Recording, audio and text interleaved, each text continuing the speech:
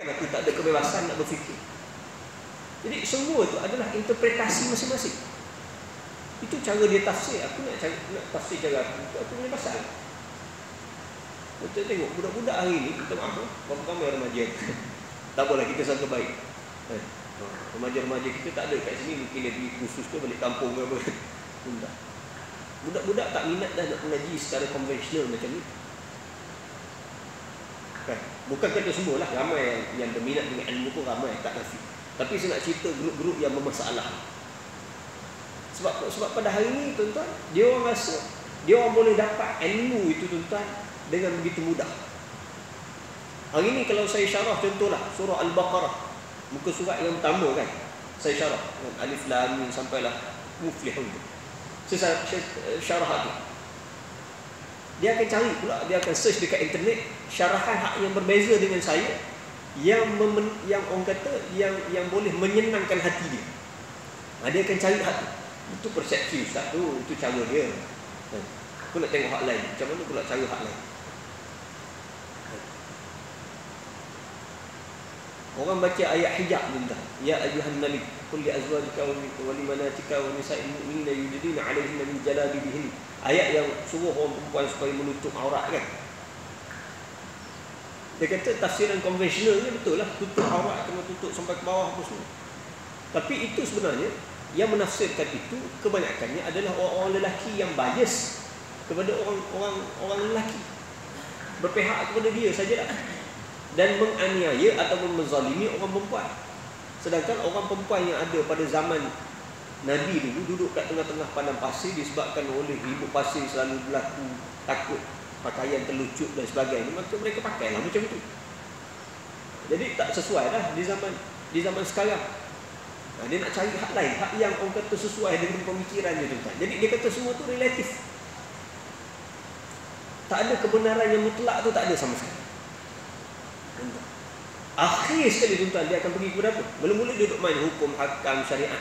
Akhir sekali tuan-tuan dia boleh pergi kepada Tuhan. Akhir sekali dia kata yang menciptakan Tuhan tu pun kita masih lagi yang berakidah dengan kewujudan Tuhan tu pun kita masih lagi boleh pertikaikan, kita masih boleh bincang. Tuhan ni wujud tak wujud pun kita boleh bincang lagi. Sebab dia kata apa? Sebab kamu lihat sahaja berapa banyak persepsi tentang Tuhan. Orang Islam kata Tuhan satu, orang Kristian kata 3 dalam 1. Orang Hindu Buddha kata Tuhan ni bukan satu, banyak. Bahkan ada rupa pula dah ada kaki 3, 4 apa semua. Jadi sebab apa ada perbezaan tentang ketuhanan? Kerana itu semua adalah persepsi. Sesungguhnya akal manusia yang menciptakan Tuhan, bukan Tuhan yang menciptakan manusia. Ini falsafah yang dibawa oleh komunis Karl Marx. Akhirnya dia kata apa tuan-tuan? Akal manusia yang mencipta Tuhan, bukan Tuhan yang mencipta manusia. Kalau tuan-tuan hanya sekadar mengaji tauhid 3, contohlah contoh benda ni tak dibahas tuan-tuan. Sebab tu saya katakan penting kita mengaji sifat 20 ni, masih penting, masih relevan lagi untuk berdepan dengan persoalan-persoalan macam ni yang anak-anak kita dah ada terlibat pun. Ini disebut sebagai faham al-indiyah, relativism, al-inadiyah. Ini kalau nak cerita sesuatu ni panjang, skepticism. Ini tuan-tuan dia memang kerja dia duk bantah saja, tak terima saja al-inadiyah. Dia sentiasa ada skeptik manjang, sentiasa ragu. Dan akhir sekali al-adriyah itu agnosticism. Mana hak ni dia langsung tak mau bincang, tak payah bincang. La adri, aku tak tahu. Tuhan ada tak ada, aku tak tahu. Nabi macam mana, aku tak tahu. Aku malah ambil peduli. Lantaklah, tepilah, pedulilah. Ini semua tak penting belaka. La adri. Sampai peringkat tu tentang berat.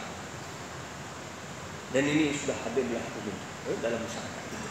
Seorang budak tuan-tuan belajar usuluddin di salah sebuah college universiti Islam di negara kita ni tuan-tuan. Tak habis mengajar usuluddin dia tuan, dia tinggal, dia kata ini pengajian yang junub tuan-tuan, yang sengaja nak membentuk satu pemikiran yang menyekat orang berfikir.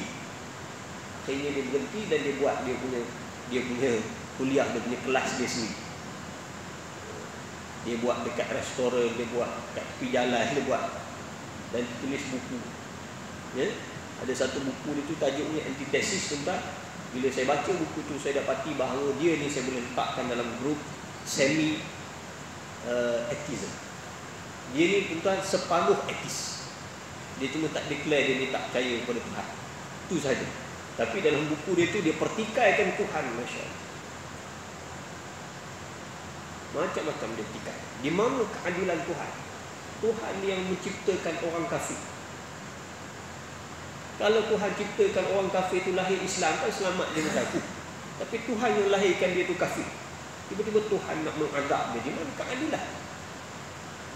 Tuan, budak-budak remaja gitu. Kalau dia duk baca benda-benda yang macam ni, tuan, dia buat pula program dekat restoran terbuka. Siapa-siapa budak-budak nak datang, silakan.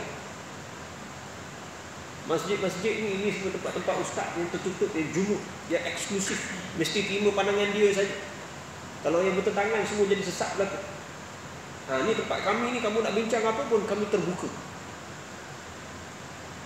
Siapa nak tangani budak-budak punya pemikiran macam ni? Kaedah apa, formula apa kita nak guna?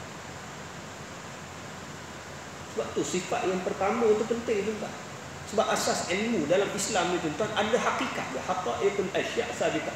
Hakikat segala sesuatu itu tetap. Dia bukan relatif. Kewujudan Allah kita boleh capai, kewujudan Allah. Yang kita tak boleh capai hakikat zat Allah. Tapi kewujudan Allah kita boleh capai. Macam tuan lah, orang tanya, kamu percaya tak dalam kepala kamu ada otak? Percayalah. Macam mana kamu percaya sedangkan otak kamu tak nampak? Percayalah sebab aku boleh berfikir. Sebab aku percaya dia wujud dalam kepala aku walaupun aku tak mengetahui hakikat zat otak aku sendiri. Kalau kita lah kan, kalau orang cerdik sikit. Tapi kalau tak cerdik sikit, awak ada otak tak? Mana ada, aku tak nampak apa. Memang awak tak ada otak sungguh lah. Kalau hanya kerana tak nampak dengan mata, maka dikatakan benda itu tak wujud secara hakikat. Itu pemikiran yang dangkal. Sebab tu kita nak susun pemikiran itu jadi betul, jadi waras yang betul-betul. Bukannya waras yang dibuat-buat, yang kononnya waras. Ini pemikiran ahli falsafah yang sesat. Muslimat yang berhormat. Sebab tu penting. Dalam sifat yang pertama tentang wujudullah, tuan-tuan, dibahas macam mana kita nak isbat kewujudan Allah. Sebab tu tuan-tuan, dalam ilmu akidah para mutakallimin, kita panggil ni kaedah mutakallim. Kaedah kita memahami akidah menggunakan acuan wahyu dan juga akal. Demi untuk berkhidmat kepada wahyu. Bukannya untuk kita membelakangkan wahyu, tidak. Untuk berkhidmat kepada wahyu, kepada nas Al-Quran dan hadis. Itu tujuan dia, tuan. Seperti kata Imam Al-Qidi, dia kata ilmu yang kita belajar ni, tuan, terutama dalam sifat 20 ni, ilmu yuqtadaru ma'ahu ala isbatil aqaid ad-diniyah bi iradil hujaj wa daf'ash syubhat. Itu ilmu yang kita usahakan dengan dia, tuan, untuk kita mengisbatkan, menetapkan prinsip-prinsip akidah dengan cara kita mendatangkan hujah dan menolak syubhat, iaitu menolak keraguan-keraguan. Itu tujuan kita belajar ilmu akidah dengan cara yang macam ni. Dia tetapkan akidah satu, dia tetapkan akidah, kemudian dia menolak syubhat. Sebab hari ini, tuan-tuan, syubhat, ya Allah, keraguan-keraguan terhadap akidah ni terlampau banyak. Buka saja WhatsApp dah, buka saja Facebook dah, buka saja Google dah, macam-macam. Kalau orang zaman macam zaman dulu kat kampung kan, pagi-pagi pergi mendoreh, kemudian balik pergi surau, masuk waktu pergi surau dengan kuliah, dan dia tak terbuka dengan dunia yang macam-macam ni, insya-Allah akidah dia selamat walaupun dia tak mengaji dalam-dalam, tak ada masalah. Tapi dalam keadaan zaman sekarang ni yang banyak untuk ancaman, cabaran, kena belajar juga sikit sebanyak. Dan ustaz yang mengajar tu kena pandai-pandai juga kan, bagi orang minat kan. Itu contoh dalam sifat wujud, tuan. Sebab apa penting kita bila mengaji akidah ni, hak pertama sekali wujud. Macam mana para ulama ajar kita menyusun pemikiran kita untuk kita meletakkan kewujudan Allah Azza wa Jalla sampai satu peringkat tak ada langsung keraguan dalam diri kita bahawa Allah Ta'ala itu sebenar-benarnya wujud. Yang kedua, saya ambil contoh lah, beberapa contoh saja sifat hari ini kita ambil. Sifat kudrah. Kudrah. Ini juga dibahas dalam sifat 20. Dia bukan kata makna sifat 20 ni dia meletakkan hanya bagi Allah Ta'ala tu 20 sifat. Tak. Tidak sama sekali. Allah Ta'ala ni sifatnya begitu banyak. Semua nama-nama Allah Ta'ala itu mengandung sifat.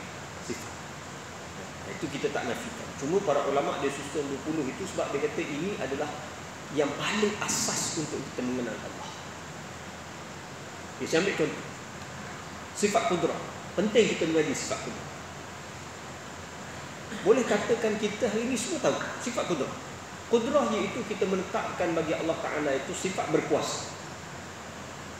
Tapi adakah memadai kita hanya menetapkan bagi Allah Ta'ala itu sifat berkuasa tanpa kita memahami macam mana yang dikatakan Allah Ta'ala itu berkuasa? Enggak. Bahaya dia bila timbulnya keraguan. Macam mana? Contoh. Tiba-tiba ada orang Kristian jumpa dengan kita. Dia kata, kamu percaya ke Allah Ta'ala itu dia bersifat berkuasa? Dia kata, memanglah, percayalah. Allah Ta'ala itu dia sebut dalam Quran, Allah ala kulli syai'in qadir. Sesungguhnya Allah Ta'ala itu atas segala sesuatu dia maha berkuasa. Memanglah dia itu bersifat berkuasa. Maka kata orang Kristian itu, dia kata, kalau macam tu, kenapa kamu orang Islam tolak kami orang Kristian?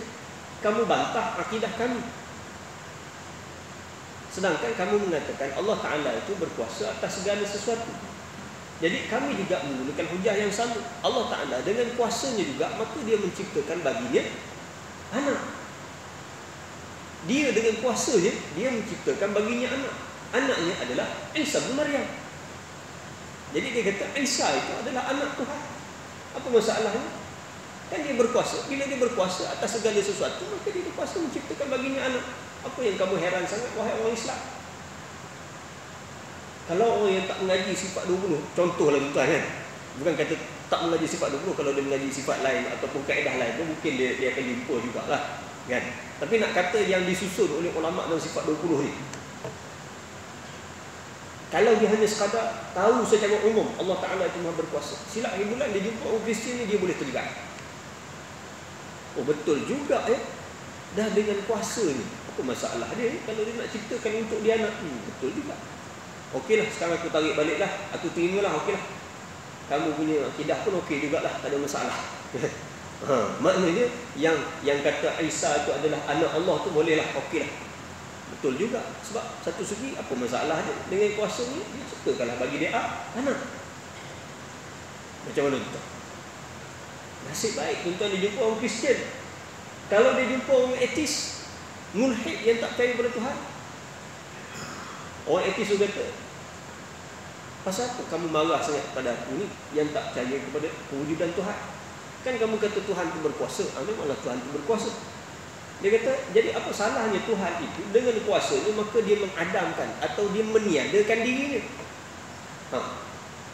Macam Karen Armstrong, dia ada buku kan.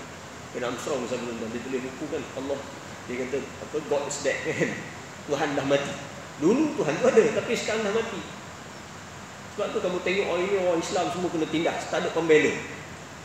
Negara-negara Islam berperang berantakan sesama sendiri. Mana Tuhan? Tuhan dah mati lama dah. Dengan kuasanya juga dia mati. Dan kamu sendiri yang kata kamu percaya kepada Tuhan itu maha berkuasa. Dia pun dah confused. Betul juga. Mungkinlah dia bunuh diri ke apa kan. Sebab tu bila kita mengaji dalam ilmu sifat 20, dalam bab qudrah, qudrah itu ada ta'alluq dia, ada fungsi dia, dan fungsi itu mesti diletakkan pada tempatnya, jangan diletakkan di tempat yang salah.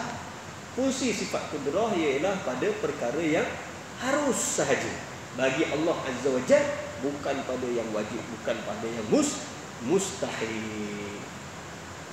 Adapun Allah menciptakan baginya anak, Allah meniadakan diri, itu semuanya benar-benar mustahil bagi Allah Azza wa Jalla, yang Allah Ta'ala dah nafi pun dalam Quran. Yang kita dah sebut tadi kan, lam yalid wa lam yulad, dia tak beranak, dia tak diperanakkan, dia tak ada yang serupa dengannya dan sebanding dan seterusnya. Jadi kalau pada yang mustahil, maka Allah Subhanahu wa Ta'ala qudrahnya tidak sekali-kali berfungsi di situ.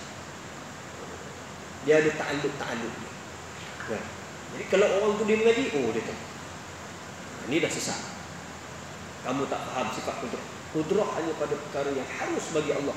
Menciptakan, tidak menciptakan, menghidupkan, mematikan, mengazab, memberi nikmat, mengangkat, menjatuh. Ini adalah merupakan benda-benda yang harus bagi Allah Ta'ala. Iradah pun sama tuan-tuan. Ada orang sesat dalam masalah sifat iradah Allah. Sifat berkehendak bagi Allah, ada orang sesat tuan-tuan. Tuan-tuan tengok, sebab apa orang hari ini ada yang mengatakan bahawa semua agama sama.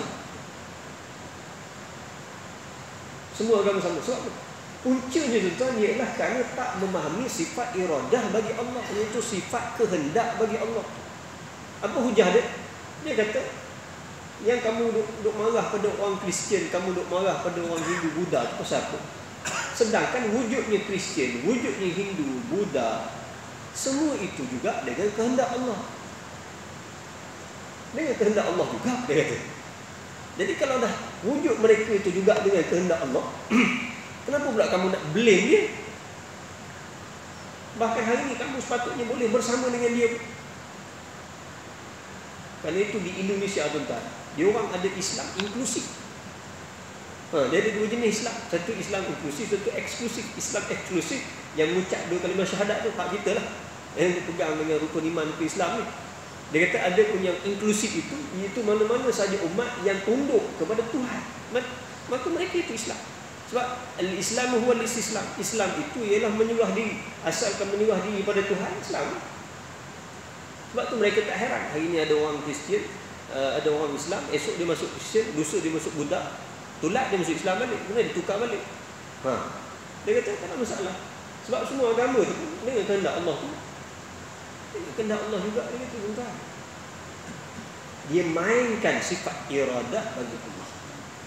Sedangkan bila kita mengaji sifat 20, kita baru faham oh iradah itu punya ada dua. Satu iradah takwiniyah ataupun kauniyah, satu lagi iradah syar'iyah ataupun tasyri'iyah. Yang pertama iaitu sifat iradah bahawa Allah Ta'ala dialah satu-satunya Tuhan, dengan kehendaknya dia buat segala-galanya. Tidak ada satu pun kehendak yang mengatasi kehendak Allah Azza wa Jalla. Sebab tu kita tetapkan bagi Allah, Allah itu dia mesti bersifat dengan sifat kehendak. Lau lam yakun muridan lakana mukrahan, lau kana mukrahan lakana ajizan, lau kana ajizan fa huwa laysa lillah, fa huwa laysa Allah. Allah Ta'ala itu dia mesti bersifat dengan sifat berkehendak yang mutlak. Kalau dia tidak bersifat dengan sifat kehendak yang mutlak, lakana mukrahan, bermakna dia dipaksa. Kalau dia dipaksa bermakna dia lemah. Kalau dia lemah maka dia bukan Allah. Sebab tu tuan-tuan tak boleh kata wujudnya iblis, wujudnya agama-agama lain, wujudnya segala kejahatan, segala keburukan di alam ini dengan kehendak yang bukan kehendak Allah. Tuan-tuan tak boleh kata macam tu. Kalau tuan-tuan kata bukan dengan kehendak Allah, bermakna ada satu kehendak lain, yang lain daripada Allah. Ataupun Allah Ta'ala dia terpaksa buat benda itu, dia dipaksa. Tuan-tuan tak boleh kata macam tu. Memang segala sesuatu di alam ni tuan-tuan, yang baik ke, yang buruk ke, iblis, syaitan yang kita benci, yang kita tak suka tu, segala penyakit yang kita tak suka tu tuan-tuan, semuanya itu berlaku dan wujud dengan kehendak Allah Azza wa Jalla. Tetapi kena ingat kehendak yang mana? Kehendak kauniyah atau takwiniyah, iaitu kehendak Allah dalam menciptakan segala-galanya, untuk menunjukkan azamah, kekuasaan, kehebatan. Yang orang duk pikai-pikai, dia kata pasal apa Allah Ta'ala ciptakan iblis, dia dah tahu dah iblis ni menyesatkan pasal apa begitu, pasal apa begini. Kita kata balik, kita kata Allah itu tuan-tuan la yas'al amma wa hum yus'al. Allah Ta'ala itu tuan tak ditanya apa yang dia buat, tapi mereka lah yang tanya. Tuan-tuan jangan nak tanya lah. Sebab Allah Ta'ala ni tuan-tuan, dia Tuhan. Alangkan kita manusia ni pun tuan-tuan, kita letak pada manusia ni satu kuasa yang dipanggil sebagai hak prerogatif. Betul tak? Betul tak? Kena dia tahu lah dalam tentera kan. Dia mesti ada tuan-tuan. PM dia ada hak prerogatif. Kalau orang kata angkatan tentera, dia punya panglima tu kan, mesti dia ada kuasa mutlak dia, kuasa veto dia. Orang tak boleh nak tikai, tak boleh nak tikai. Tuan-tuan, ini kan pula Allah Subhanahu wa Ta'ala. Dia nak cipta apa pun tuan-tuan tak boleh petikan. Sebab memang tuan-tuan tak ada ruang pun untuk di akhirat nanti nak petikan. Wahai Allah, aku ni jadi sesat bukan aku nak sesat dengan Allah, tapi sebab engkau cipta iblis. Iblis tu yang hasut aku ni, sebab tu aku jadi sesat. No, tak boleh. Kan? Soalnya kenapa engkau ikut iblis? Itu dia soalnya. Kan? Jadi tuan-tuan, itu adalah hak prerogatif Allah SWT. Saya nak kata ginilah, senang tuan-tuan. Sebab benda ni kadang-kadang orang suka tanya, orang persoal. Hatta kita manusia, kita peribadi kita pun tuan-tuan, InsyaAllah kita pelapar dulu tuan-tuan. Tuan-tuan, kita pun ada hak prerogatif kita sendiri yang kita tak suka orang kacau. Contoh kalau orang suka sangat duk jaga hak peribadi kita lah. Dia tanya, apa awak ni pakai kopiah warna macam ni, pakai baju warna macam ni, pakai kasut macam ni, tak matching lah. Apa awak ni kerja macam ni, apa awak ni duduk dekat sini, apa ni rumah awak ni macam ni, apa awak ni. Tuan-tuan, kita akan jawab apa? Peduli apa aku? Aku punya hal lah, aku nak pakai baju apa, aku nak tinggal kat mana, aku nak gini-gini. Itu hak aku lah. Tuan-tuan, itu kita sebagai manusia. Kalau orang duk cakap kita tak suka, benda-benda yang terlalu peribadi bagi kita. Ini kan pula Allah Azza wa Jalla, tuan-tuan, Tuhan yang memiliki azamat dan jalal, keagungan dan kehebatan. Tuan-tuan nak soal dia tak boleh. Jadi dalam bab dia menciptakan, Allah Ta'ala dia dengan kehendaknya maka dia menciptakan segala-galanya, dan tuan-tuan kita tak boleh petikan. Tapi Allah Azza wa Jalla, tuan-tuan, dia juga memiliki iradah yang kita sebut syar'iyah ataupun tasyri'iyah. Betul dia yang menciptakan iblis, betul dia juga berkehendak adanya agama-agama yang lain selain daripada Islam. Tapi dengan kehendak tasyri'iyah ataupun syar'iyah, Allah Subhanahu wa taala meletakkan perintah dan larangan. Dia perintah kita hanya masuk Islam, ikut Islam, tapi dia larang kita daripada mengikuti agama-agama yang lain. Betul dia jugalah yang menciptakan babi, khinzir, tapi dia kata yang ni aku cipta tapi aku tak bagi kamu makan. Kamu jangan makan yang ni haram, tak boleh dia makan. Dia juga yang cipta. Betul aku cipta iblis, tapi kamu jangan ikut hasutan dan perintah iblis, tapi ikutlah apa yang dibawa oleh Nabi. Jadi dia menciptakan segala-galanya dengan kehendak, tapi dalam masa yang sama dia juga berkehendak dengan kehendak tasyri'iyah, iaitu dia memerintah dan dia melarang, yang disebut sebagai agama. Ini bab iradah. Berapa ramai orang sesat dalam masalah kehendak Allah Subhanahu wa taala. Jadi kalau dia mengaji ni, insya-Allah tuan-tuan dia ada benteng diri, dia faham. Ini beberapa contoh tuan-tuan saya dapat sebutkan pada pagi ini, kan, betapa pentingnya kita mengaji sifat 20 ini untuk kita mendepani cabaran-cabaran semasa ini. Ya? Jadi dia bukanlah orang kata merupakan wahyu daripada Allah, tidak. Ya?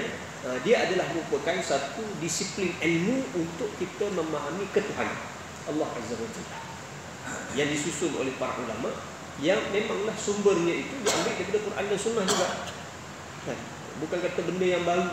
Ada orang kata mana ada sifat Allah Ta'ala itu qadir dalam Quran. Tak ada pun disebut Allah Ta'ala itu qadir.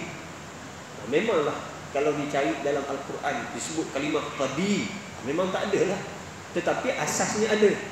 Kan? Qadir itu yang ni Allah Subhanahu Wa Ta'ala itu tidak ada awalnya. Apa dia? Menerusi nama-nama Allah Ta'ala sendiri. Wal awwal wal akhir. Dia itulah yang pertama, dia itulah yang terakhir. Yang pertama dekat situ maknanya itu yang tidak ada yang awal lagi daripada ni. Macam kita kata jari, kan, ibu jari ni ada tak sebelum ibu jari? Tak ada sebelum ibu jari. Begitulah dia awalnya Allah Subhanahu Wa Ta'ala. Tidak ada apa pun yang sebelum Allah Subhanahu Wa Ta'ala, dan tidak ada apa pun yang selepas daripada Allah Subhanahu Wa Ta'ala. Mana Allah Subhanahu Wa Ta'ala itu tidak bermula dengan tiada kemudian dia baru ada, tidak sama sekali, pasal dia memang dah ada.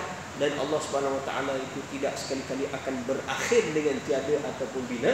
Sebab itulah kita kata Allah Ta'ala itu awal ataupun qadim, dan Allah Ta'ala itu baqa, yakni dia kekal, yakni al-akhir, dia itu tidak sekali-kali berakhir, sebab dia lah yang akhir.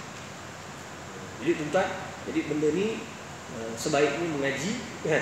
Mungkin dah ada dah kot dekat kita punya surau kita ni, barulah kita boleh faham sungguh-sungguh. InsyaAllah tujuannya tak lain tuan, kita nak mendekatkan diri kita kepada Allah Ta'ala.